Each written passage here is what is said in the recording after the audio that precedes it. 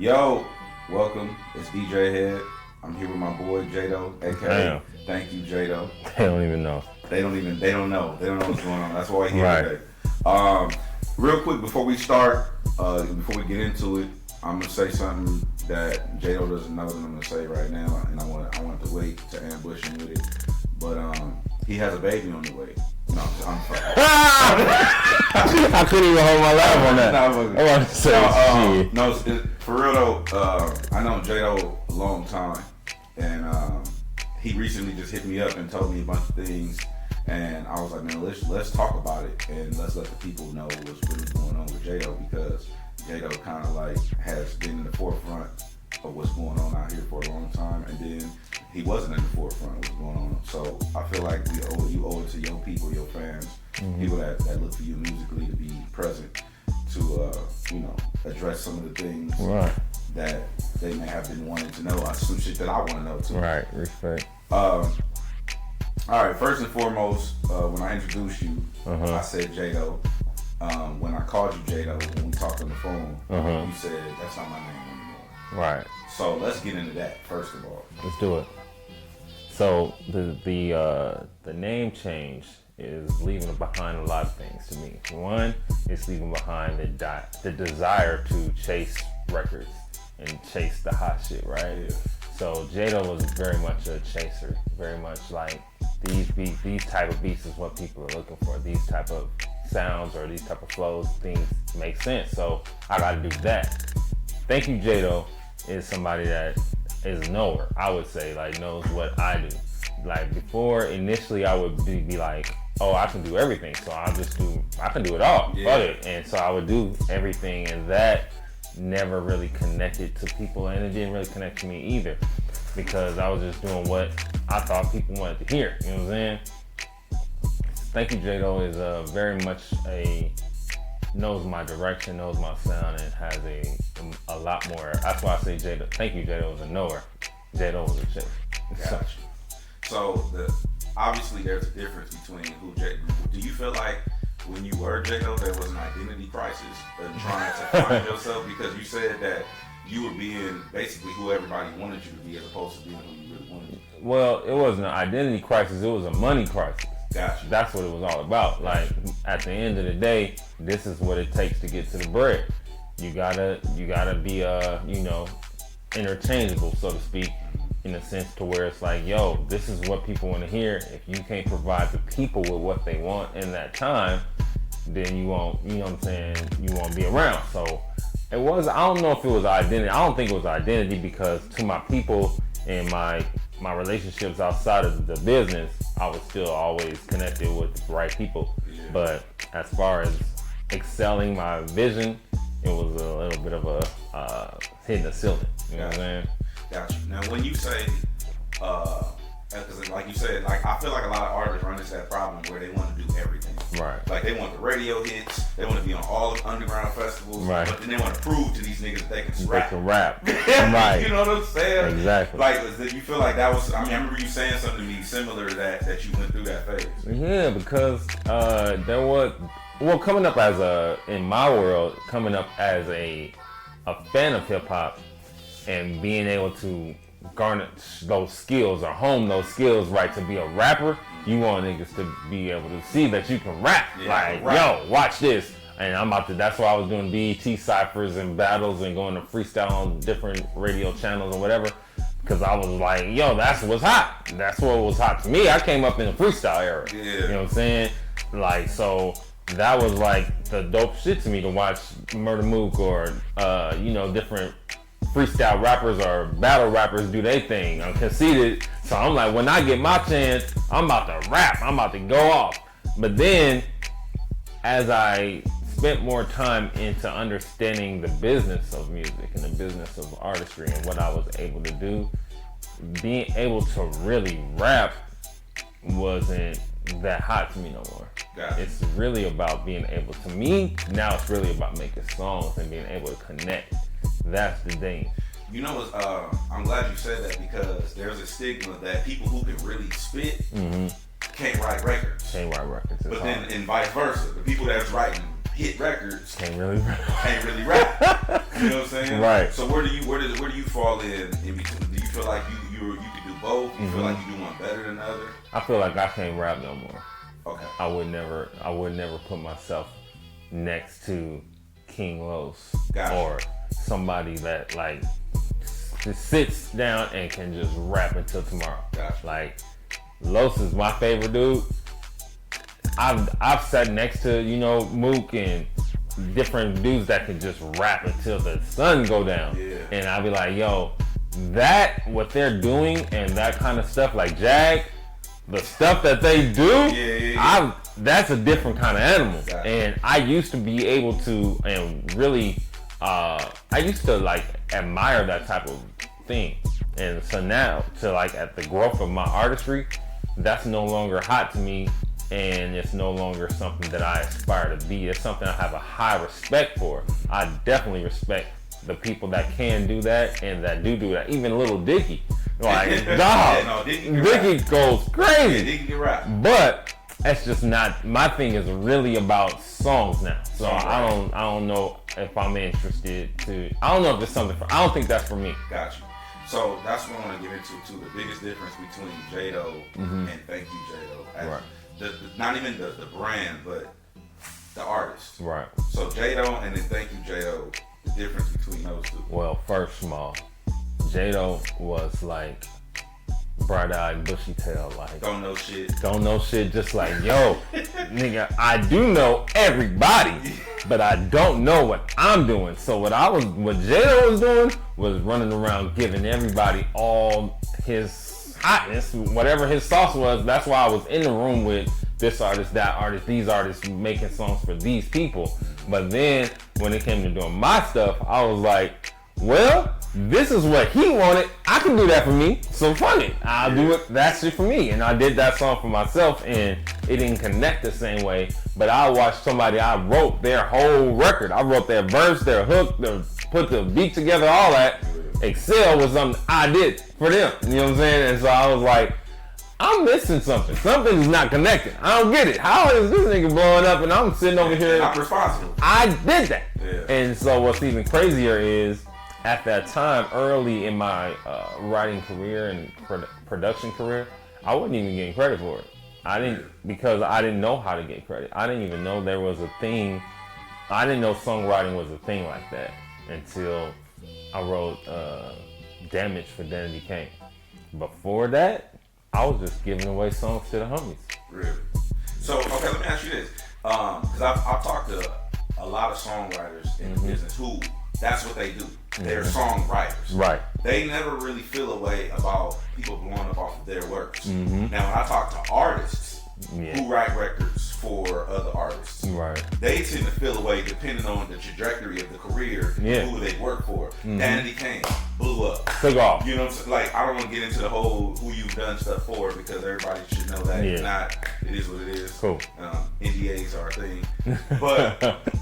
But I'm just saying that to say, at what point did you start feeling a way while you were writing records for everybody else, and then you be in the studio with your dick in your hand? Like, with the JDoe record. I think I really started feeling a way, probably, I used to write a lot with Hitmaker, right? And this is before he had his moment as Hitmaker. He's still having his moment. He was still trying to figure out, going from his transition from Berg to Hitmaker. And in that same time, Hitmaker would have a lot of connections to people that were excelling and doing shit, and then I would meet a lot of people on whole nother wave, and that was probably around 2013, 14. That was when I started saying, damn, I'm writing something, like, because I was writing songs for artists that I was like hearing and seeing, and I'm like, dog. But they didn't know it was you. Nobody knew it was me, because I didn't know how. It wasn't even because they talked me out of doing it or they paid me off or anything. It was just because I didn't know. The industry will feed off what you don't know. Facts. And that's how the industry is built. That's how it's built. So for me being in the business and being able to know people so early, which was a blessing, it was still a hard ass lesson, because 2, 3, 4 years later, they eating off that. And I'm like, and you took yours up front and you... Bro, I didn't take nothing. Oh, shit. I was just the homie that just was like, yo, you need a record? Oh, I'll write that shit. Ain't shit. Writing verses, raps, everything. Didn't get nothing. So you start to feel away around that time, and then as you get in your feelings, like, wait a minute, like, hold up. Somehow, I'm supposed to eat. I'm supposed to eat off this. Yeah, right. So what clicked in your mind to get your business together? What clicked was I wrote Damage for Danny Kane. And I started getting paid from that. And then I realized after I started getting paid from Damage, I was like, yo, I gave away a bunch of songs. I wonder if they ever got paid from them songs. So I started doing a little research and figuring out if those songs were registered, if those songs were ever paid out. And I'm like, yo, this artist got paid from that song. This artist got paid from that song. So they essentially were operating as a label. Like, they make money off of what you don't know. It's not their responsibility to educate you. At all. You ain't educated. I mean, hey, cool. You just giving me a song? You know what's crazy? With the industry, the entertainment industry, not even music, the entertainment industry, it's like when you go to a used car lot. It's like, if you don't know the right question to ask, it's like, hey. He didn't even ask me the gas mileage on this truck. I saw the 96 Astro, man. He didn't ask the question. You know what I'm Exactly. saying? So, okay, now we know we got that part. So what I wanted to know is, as far as the people that did end up giving you game, like who has shown you love, man, who has laced your boots. All right, so everybody, interestingly enough, I got a little bit of game from each person, and then the mother load came from another person. So Tank gave me a lot of game. Shout out to Tank. David Banner gave me a lot of game. Shout out to Banner's a different type Banner. of game. He different. Bro, Banner gave me a lot of game. And he looked out for me. Like, when I was like, dog, in like 2014, like literally like, dog, I don't even know how I'm gonna get there. He was like, what? Oh, you know, that was Banner at that time. Yeah. And so obviously Busta gave me a whole lot of game and a lot of experiences. I ran around the world, or the United States with Busta, and seen a lot of stuff that I would have never been able to see without, you know, that connection. But Tyrese even gave me some game. Really? Yeah, Tyrese also opened his doors and like let me, you know, I was writing on Reese album when I had a 6-month baby, no car, and this fool, and he lived way out in like Temecula. This fool would come to LA in his limo at the time, pick me up, and me and the baby ride down to his house to write songs and hire a babysitter to watch the baby while I wrote songs. Two things. Either Tyrese, he knew what it was. He thought you were that fire. Yeah.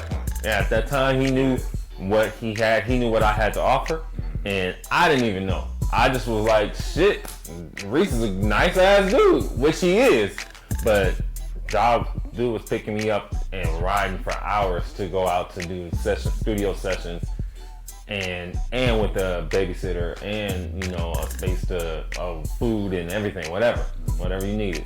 Let me ask you this, and this is about the Tyrese situation, because I feel like Tyrese, I've made fun of Tyrese on the radio because of different things that's been going on in his life, but I feel like I have more of those stories than the other stories. You know what I'm saying? As far as him like opening the door or throwing somebody alive or looking out or whatever. What do you feel like? Because he was doing this before y'all actually built a real relationship. That was like the beginning of our relationship.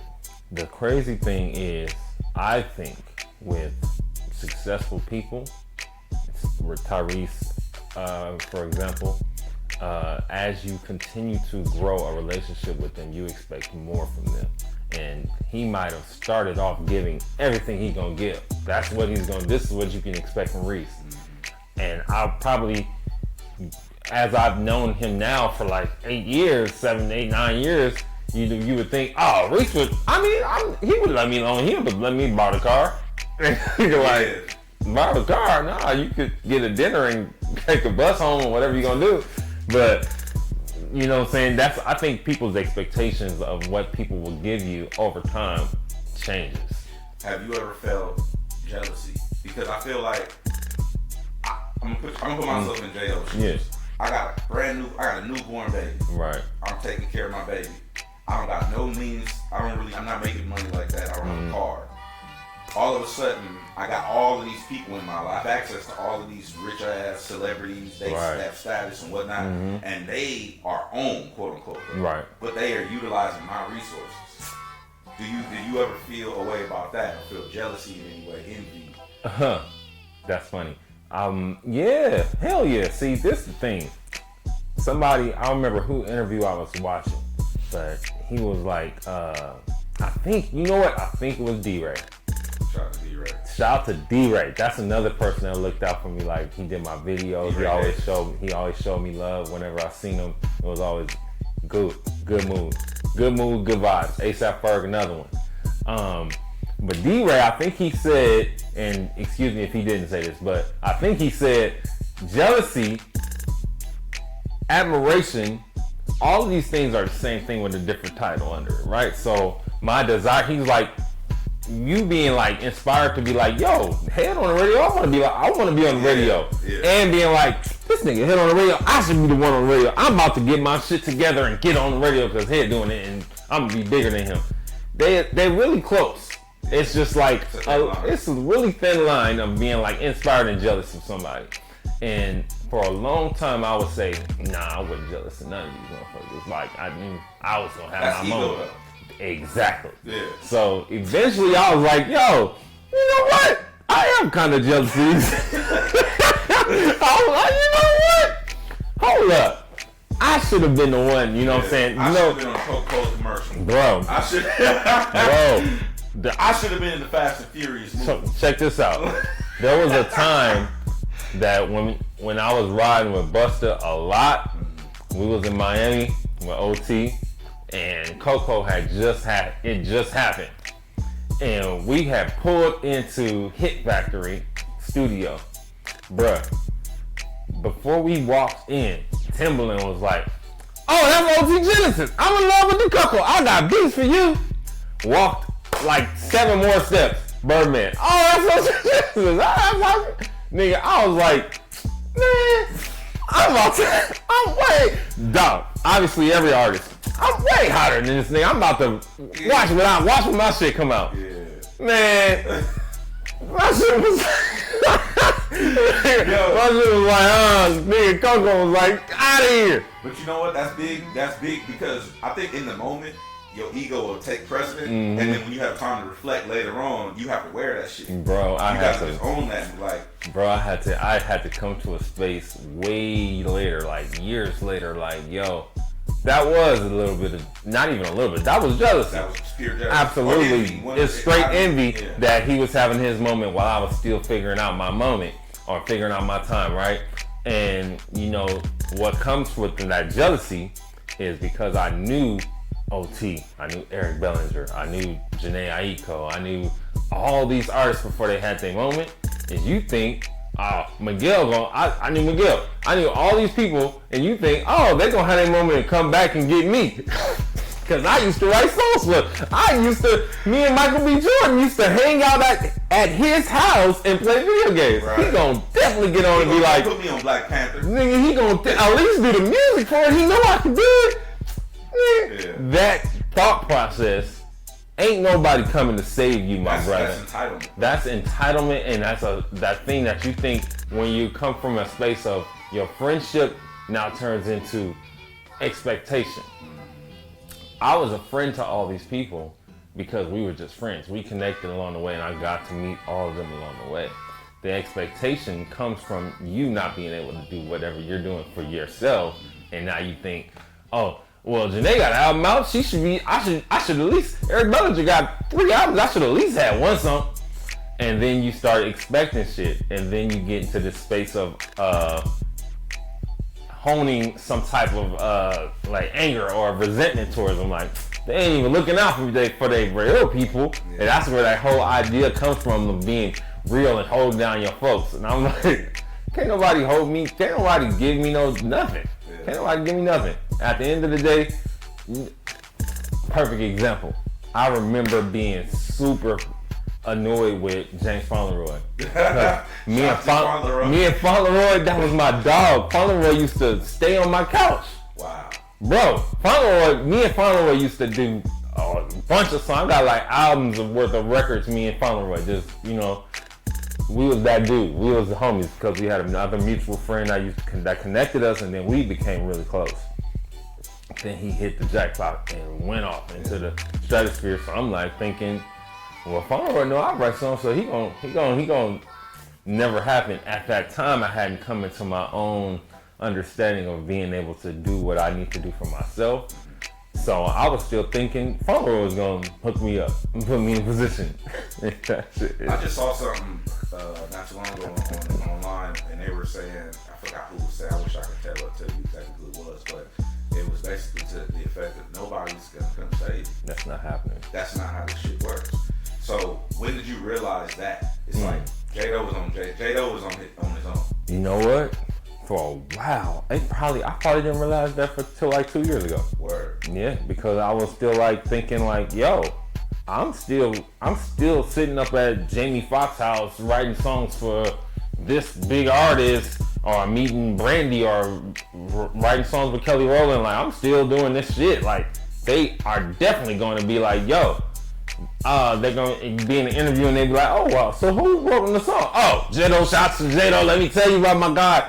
That never happened. Yeah. So I had to like eventually get to a space of understanding that people are not using you, but people are expecting to get what they're coming for out of a person that's doing what you're doing. If you are the person that work at McDonald's, don't be mad that I ordered fries from you. You work for McDonald's. That's cool. If you the shoe plug, why you mad? Why you mad? I'm getting shoes from you. Yeah. You do that. You know what I'm saying? When you say the expectation, I forgot who told me this, but it was an old saying where if you can't be used, then you're useless. Mm-hmm. So I had to learn that, especially for people that's trying to come up in the music business. It's like, as you come, and in the music and entertainment industry, as you coming up, 2 lessons: don't take things personal. Right. And the second thing is, if you can't be used, then you're useless. Right. Because you don't want to be that tool in the toolbox that nobody picks up. Nobody picks up, right there. So while you're dealing with that mentally, your entitlement is battling against your actual contributions. God, that's so real. I've read something like that in this book called The Art of War. I like The Art of War. Man, and they talk about a lot of that kind of thought process and the mind state of just being able to deal with the resistance, so to speak, or it's spoken of as resistance in that book a lot, right? And dealing with what comes with your gift is not necessarily what people envision for themselves. They only envision the spotlight, the big part, the great part of it. There's a lot of stuff that comes with that spotlight that's heavy, and people don't necessarily factor that in. But once you get it, that's what you've been asking for. You're asking for both parts. You're only looking at one side, but you're asking for both things. So it made me a little more like realistic about what I was going after and what I'm doing, because I got to see it. I got to see what it was like when this guy had to run in the bathroom, and before he got to the bathroom, 7 people asked him for a picture, and, right. and when he said no, he was an asshole. Oh, this nigga, I can't. This nigga, like, bro, I'm literally, you gotta tell your guard, like, yo, just get me there, don't let nobody stop me, type shit. And I'm like, damn, I'm seeing dudes that's like, yo, my baby is sick. I gotta go to the hospital to see my baby. And niggas is like, yo, you gonna cancel this session?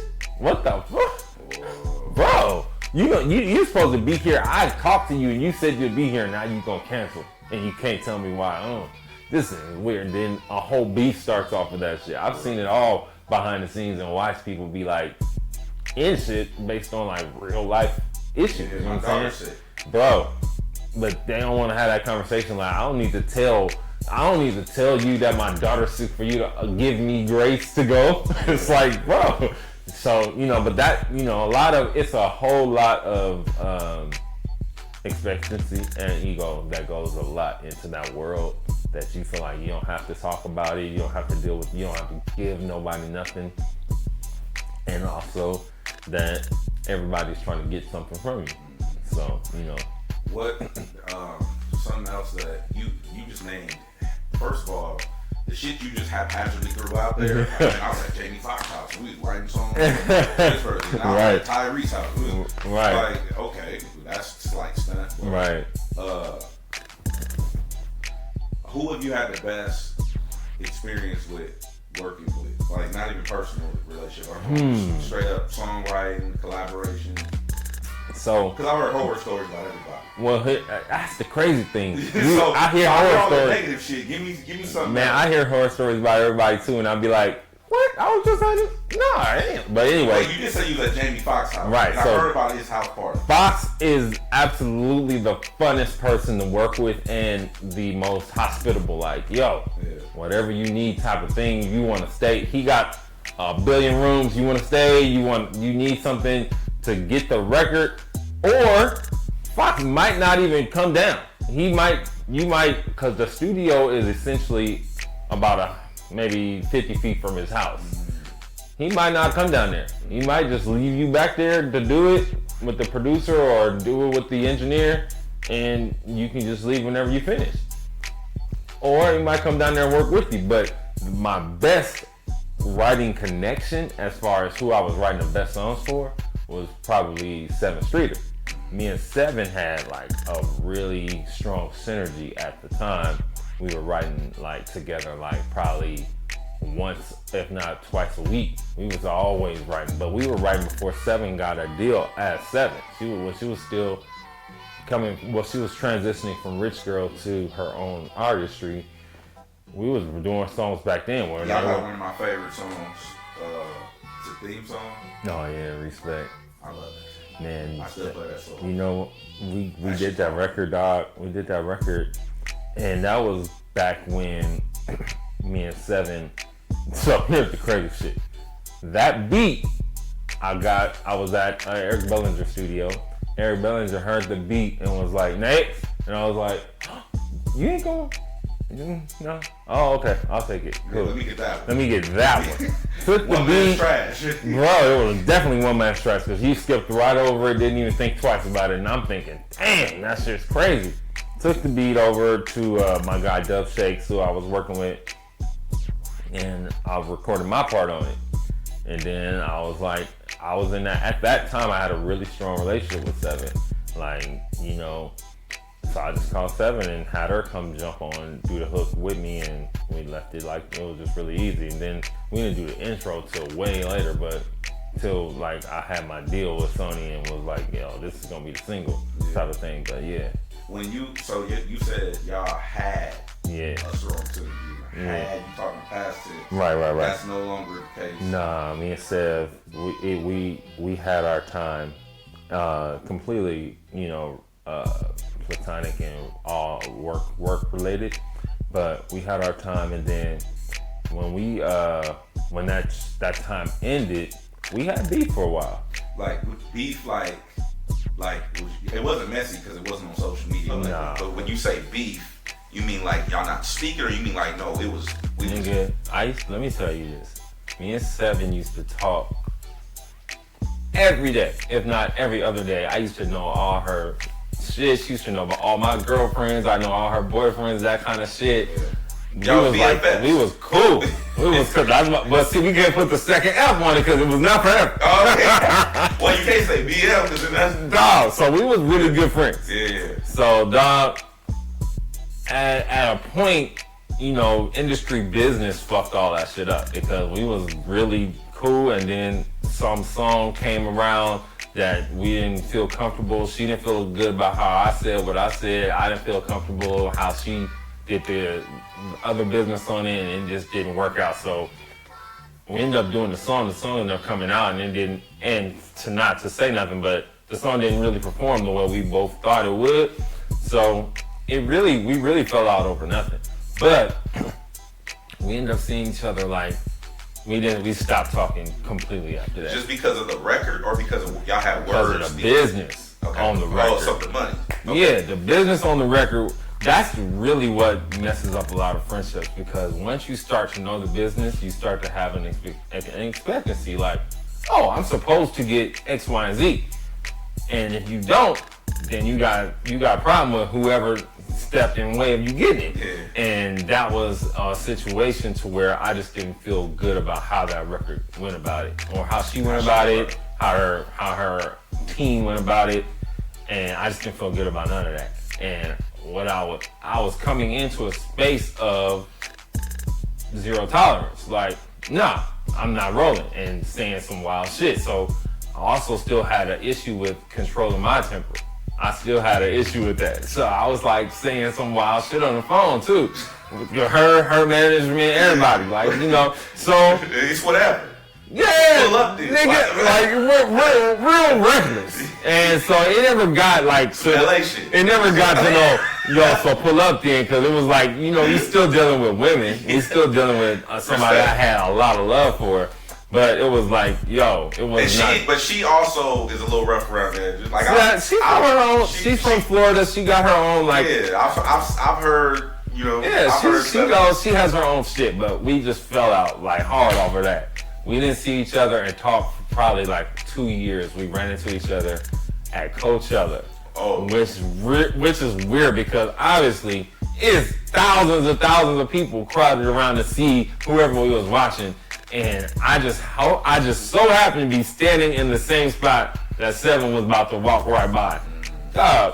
So it really ended with like, she said, yo, we still got beef? I was like, nah, we don't got beef. And she was like, all right, cool. We gave each other a hug and that was it. We tried to write again after it, but the energy was gone. We just was like, we're just gonna let this go. The record wasn't crazy. And so, you know. So do you feel like certain people, like let's say certain people you have genuine love for personally, right? This is my dog. Like you said, you and Michael B. Jordan. Right? That was my dog. You sitting on the couch playing video games with Michael B. Jordan. Right. Do you feel like the business should sometimes never make its way into a friendship because of things like that? Nah, because Michael B. Not necessarily like, him. just not even just him, but just a lot of people. Even Janae, even Eric Bellinger. I can't just pull up like Eric got a wife and kids. Michael, who knows what the fuck Mike is doing? Janae got, you know, she got what she got. Everybody is doing something different, and the progression of life has taken them to a different space. They're not available to just do what they used to do. Like, I used to call Mike just because I was on that side of town. Like, yo, you wanna play 2K? Let's go. And we will do it. But then as life progressed, he ain't available for that. And I'm not available for that. But at that time, that was what it was. And so when things started to change and started to shift, it was like, okay. But you start to get that jealousy thing first. And then after I started reading and getting a lot more into myself and understanding, like, bro, you gotta do it for you. Yeah. If you ain't gonna do it, then can't nobody else do it. We gotta talk about, obviously, the relationship between, how I know you because we've been around forever, but the world, I felt like, got introduced to JDoe through Busta Rhymes. True. And Busta is somebody who, first of all, let me say this before we talk about y'all relationship. The first time I met Busta, it was like real intense, and it was. And what I respect about him is he'll walk in a room and he'll shake everybody's hand, the cameraman, the towel boy, whoever, right? And it was like respect. And then it was like, you know, what's up? How you doing? Oh, you know, it was really. Right. But then he get on stage and turn into a whole nother motherfucker. Right. And it was just, I've always admired that. People like that who can turn it on. I've seen T.I. do the same thing where they're like this person, like he playing with his kids and they get on stage and he killing niggas. And it's just like, you know what I'm saying? So, anyway, I just say that to say, the world got introduced to JDoe through Busta Rhymes outside of here. And first of all, how did that happen, that relationship? How did it start? Man, you know what's crazy? I didn't even know the favor I had at the time, but it happened because I was friends with Jamie Foxx. Word. Jamie Foxx had a song. He was supposed to do a hook for Busta. I was at Fox's house with Lonnie, and Lonnie had introduced me to Fox. So we over there writing something else. Fox had to leave and go do a hook for Busta, and apparently Fox didn't really vibe with the hook or whatever. And he had me and Lonnie come rewrite the hook. We get there, we write the hook in a few minutes, but we was up there just talking, like waiting for them to be ready to like let us do it. And Buster thought we was bullshitting. Buster he go, you know, basically, I don't remember verbatim, but basically he said something like, if y'all gonna play, like y'all ain't here for that, like do the hook. And I'm like, oh nigga, we ready. What are you talking about? Yeah, I'm a shooter. And that nigga was like, okay, we'll do it. Yeah. I did the hook, and that nigga was like, I need you to come back. And he was calling me back for like weeks. And I was just going up there doing what he was calling for. I never said nothing about artistry, nothing. He was calling me to write hooks. I could write hooks, nothing, no problem. I was going up there doing it, and then eventually he goes, do you have like some artistry shit? And I'm like, do I? Ha! And press play, and then he was like, oh, now I'm starting this new shit called The Conglomerate. You gotta be down with it. Wow. That's it. Simple, just like that. So this was like 9 years ago. So I started the whole Conglomerate thing with, I shouldn't say I started it, but I was like the first artist like on that shit. Like after first round draft pick. Yeah, after Flip Mode happened, he had separated from that idea for a second, and then the Conglomerate started, and that was it. So when you first did the deal, it was straight up off of him hearing your or seeing your talent, right? And then y'all look forward to the relationship, right? After that, right? Gotcha. We forged a relationship during the process of it, and then by the time it was like time to do a deal, he did a deal with me, then he did a deal with Lonnie. Then he did a deal, like, there was a couple of people, like, that he pulled up, like, right at that time. But, you know, one thing that we didn't expect is it's a lot doing deals with artists, right? Yeah. Artists are figuring out they shit for they self, and they're figuring out shit for you, but you can't just sit back and wait for the artists to make decisions for your artistry. And that, I think, was a big part of my issue.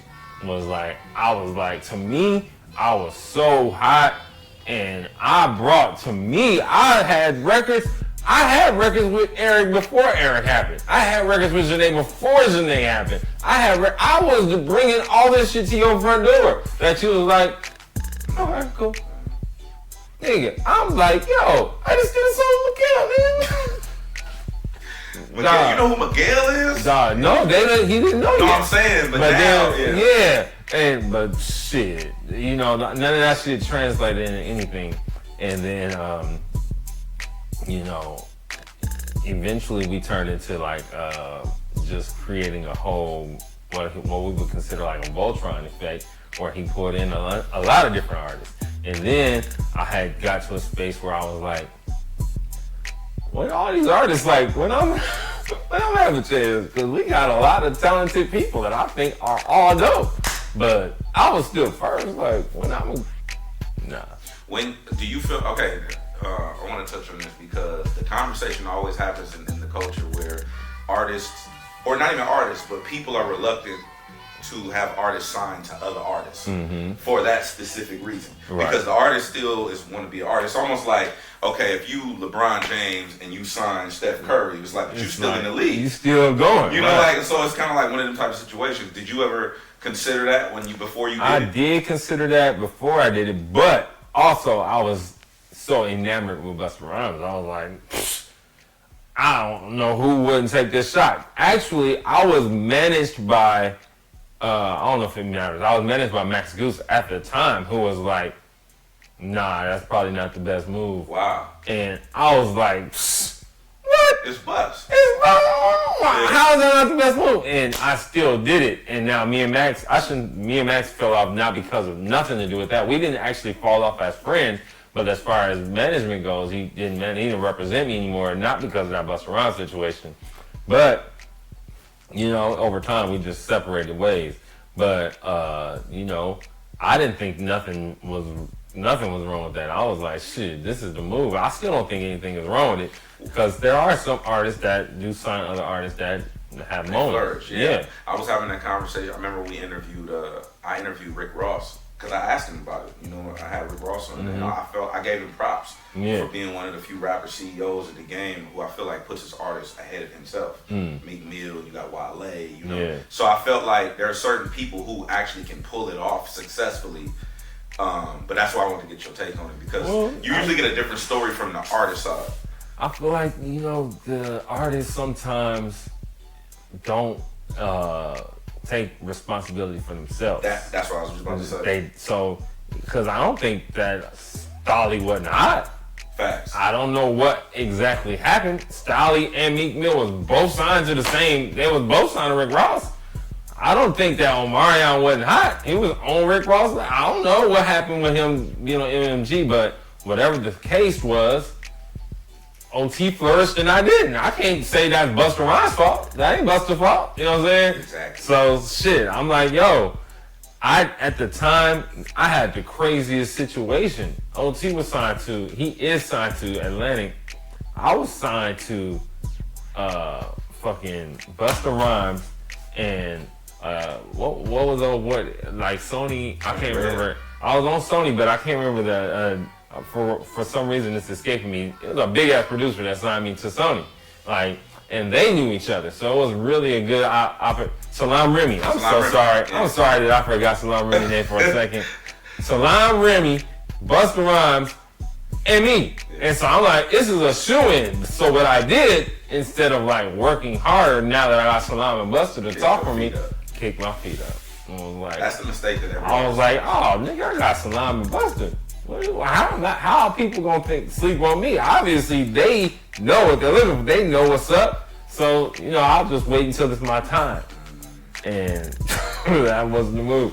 When you kick in the headspace that people are in when they kick their feet up in that situation, is it I'm good, or is it they gonna take care of me? I was so good to me. I'm still so good, but I was so good that I was like, they not gonna let me slip through the cracks. There's very few people that get opportunities like J. Cole, where you can keep throwing at the dart and the labels is gonna keep giving you opportunities. J. Cole had 3-4 records before he had one that worked, but everybody don't get that. I was on Sony and the first 2 records didn't go astronomical, and they was like, we tried. Hey, I don't know. That's classic record label drug. Well, we tried. We threw it out there. We saw, and then people didn't really fuck with things song apparently. But what happened was, actually, the J. Cole thing that I expected, which was they gonna keep throwing it until something hit the window or something hit the wall, it's gonna work, was not where they was at. They was look, they had checks and balances, and I wasn't working the record like they expected either, like Busta would expect. But see, Busta is a very strong-minded, some people would even consider it stubborn. He ain't gonna he's like, this is who I'm rolling with, so I'm rolling with this person regardless, and until they work, and because people need to see this person work, as long as he still believes in it. If he thought you wasn't high no more, then he would separate himself, but that ain't the case, or that wasn't the case. So that wasn't just, Busta, even after Sony was even after Salam went on and had to do what he had to do, Busta didn't leave at that time, you know what I'm saying? So it was different. It's all about, what artists and how they're at, where their mind state is at when they come across you. Hindsight is 2020, right? Yeah. So what as of ThankYouJdoe today, what is the main pro and the main con of Jado and Busta's relationship? The main pro was I got to see everything. I got to be there. I got to see deals happen and fall. I got to be around, a lot of artists I thought was incredible. I got to go to a Wu-Tang concert with Lil Wayne. I got to get on private planes and do all kind of shit that J-Lo can't afford that. Busta Rhymes though, I had to perform in front of people that didn't even know who the fuck I was. I probably walked by them on the Vegas Strip. But I was on stage, so they was raising their hands. But the con was, I didn't know how to maneuver and navigate all of the attention that it would happen. So when he would be paying attention to different artists and doing different things, I would just sit still and wait until he started paying me attention again. Wait till he started to like my stuff again. And then I was like, oh, see, it's about time. But the con was I wasn't ready. It wasn't really Buster's responsibility to be only focused on me as much as it was my responsibility to be focused on me and really make him have to pay attention to what I'm doing. And so I was like, oh, of course everybody, but I thought, of course everybody would pay me attention. I'm writing everybody's songs. Like, you know that. He knows that, this person is hitting him that I wrote the song for, or these artists want to feature and he called me to write the hook or whatever. So he'll come back around. He ain't forgot. But I think the biggest con was just my own bias stage. I'm glad that you took ownership of that. Respect. Because a lot of people don't do that. They blame everybody else. I see so many artists blame the label. Yeah. That's actually a thing in the culture. Blame the label. And it's like, well, is it really the label's fault that you kicked your feet up when you had an opportunity? Well, see, the thing is, the label, I do have some discrepancies with the label. With Sony, when I was on Sony, it's not about what they're willing to match your work ethic, but at the same time, there are certain things where artists fall short. They're like, my song didn't get promoted the way I would have thought, or the way it should have been, or the right money didn't get spent, or I wouldn't have paid this person to do that because they didn't do nothing. Now you spent $50,000 out of my budget to go hire this person to do PR or go do whatever, and he ain't do shit. Yeah. So there's a lot of places where the label I can see where artists and labels get into discrepancy. My experience though, I never had any problem with Busta or with Salam. They both, were both like trying to make things happen. It just didn't work.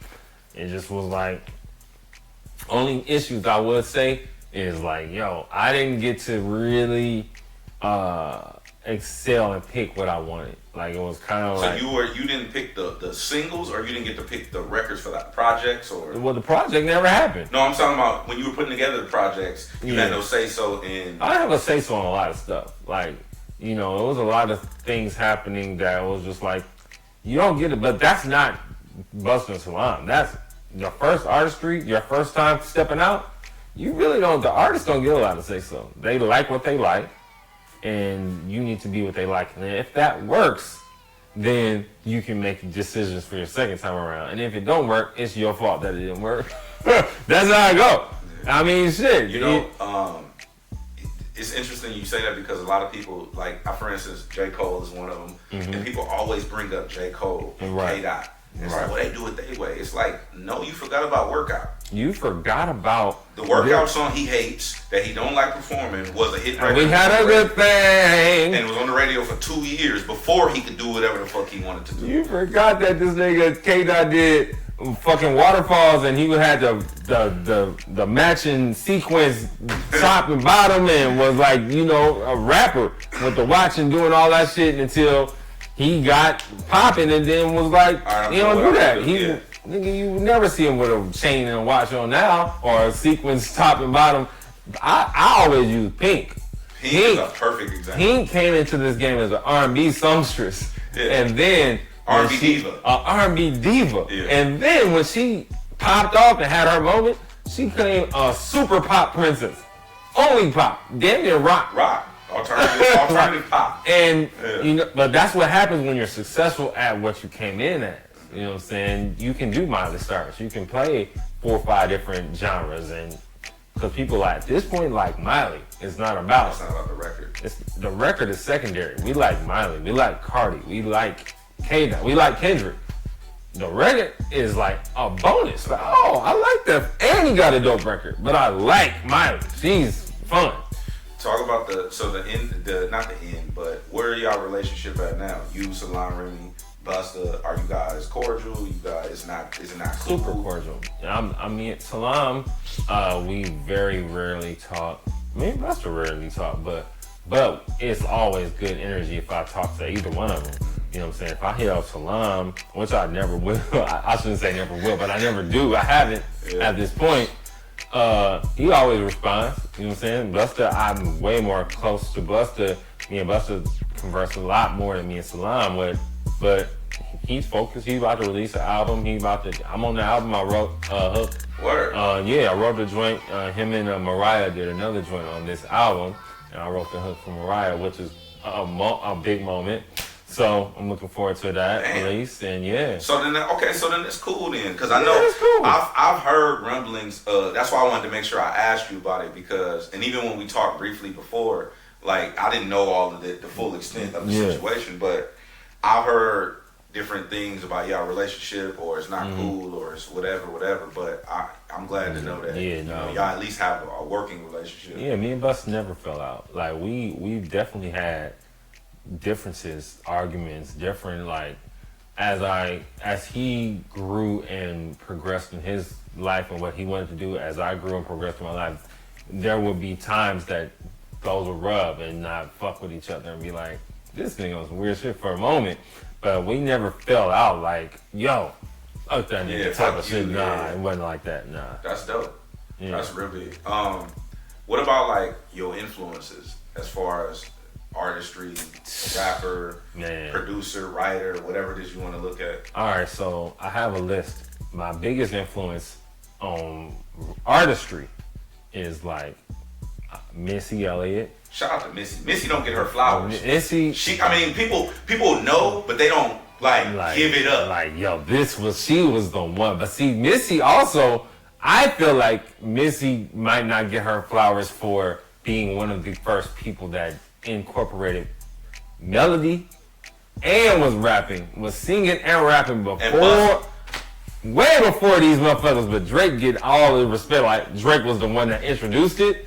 I love Drake. I think Drake is dope. But Missy at least introduced it in my world. I don't know if she was first. It's generational. But yeah, for me, Missy was the first one that was writing songs for other people, that was doing records on her own, that was singing and was rapping and was like having the craziest, flyest performances and videos. So Missy.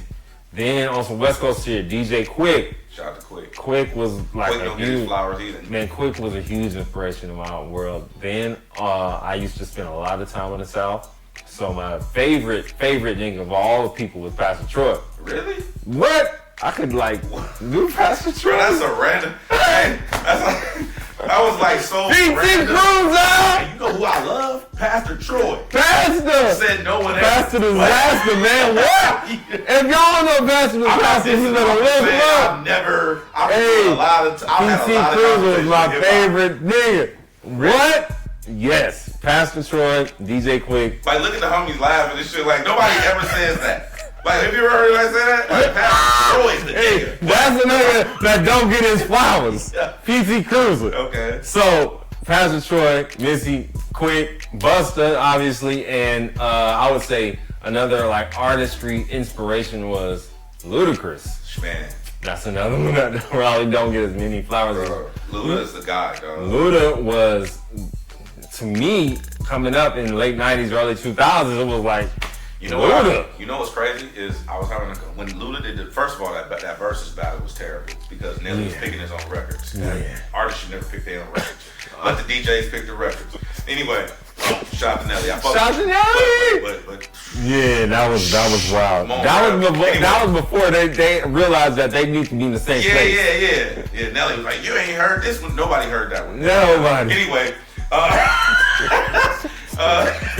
out to Ludacris though, because I felt like Luda was one of the first rappers of our generation to successfully rap and bust on mainstream records. Right. Like hit records and he busted. That nigga Luda was like, and his videos was entertaining. And that was a huge thing at the time, like to watch videos and be like, yo, this fool carrying a midget on his neck. Oh man, did you see Luda? It's like, so the shit was like really entertaining at the time. Missy, obviously her videos is crazy. Busta's videos is crazy. But then Quick and PT wasn't about the videos. It was just like, that's who I really liked. That's the gangster shit in you. I used to listen to these. I used to listen to Quick so much, bro. I knew everything, and I think that might be inspiration to where I started getting into like jazz stuff and like started to really, because he had his Quick grooves, and I was like, I would know every piece of it, the melody for the piano, guitar, whatever. So, and then I would just know every Pastor Troy to rap ever, all of them. When you look at moving into the next phase of ThankYouJdoe, right? Because I heard the music. Yeah.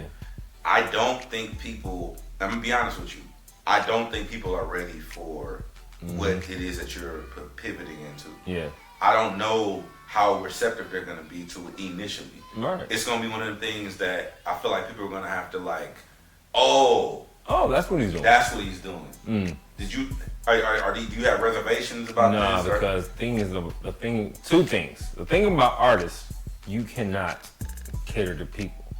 Catering to people is where you're going to. At least for me, I cannot cater to people. Catering to people is where I was like, because people are fickle, and that's where you're always going to end up not reaching the idea of what you want to reach, because people can change their minds any moment. And even more than that, you think people change their minds and they didn't. Yeah. They might just be on something else for the moment, but they haven't changed their mind about what they like.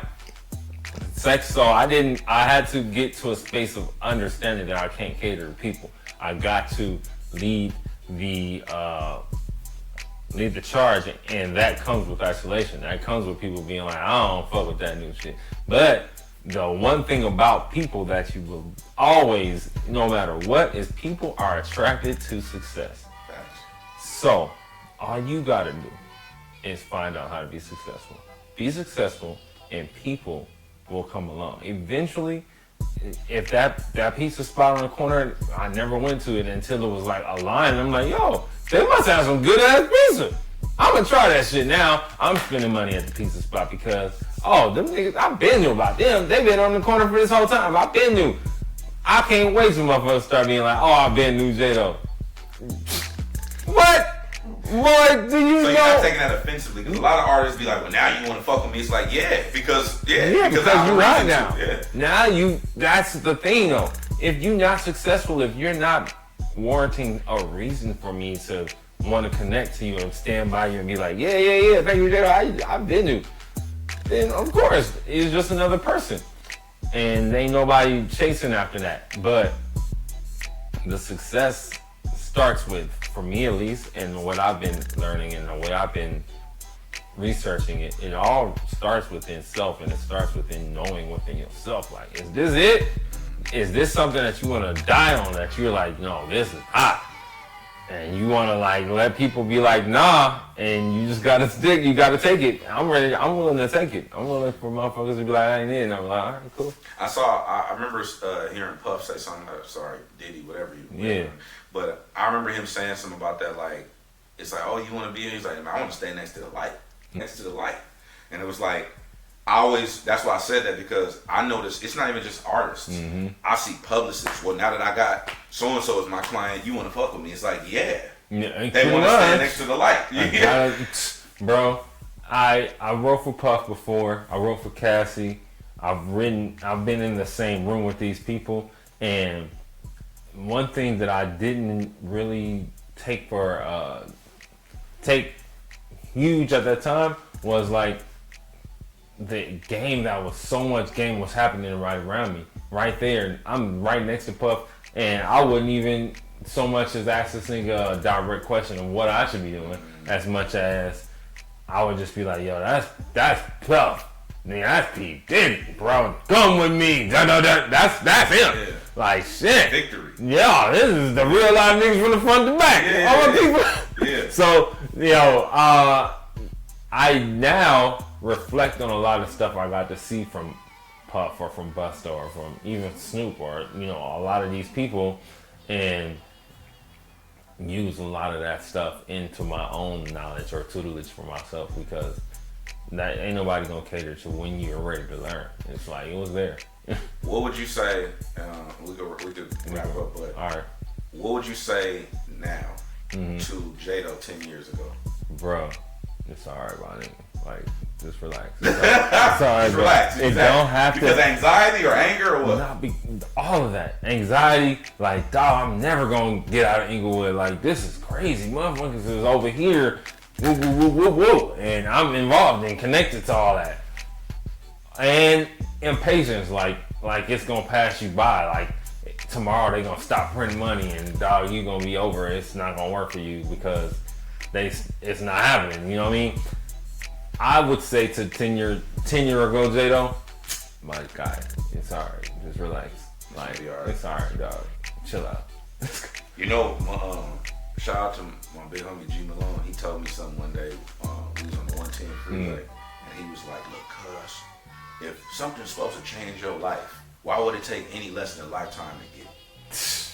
And I was like, "Damn." He told me that shit 10 years ago, and I remember where we was sitting in his Bentley. I remember. I mean, shout out to Malone. He was the first dude I've seen come through the city in the Bentley.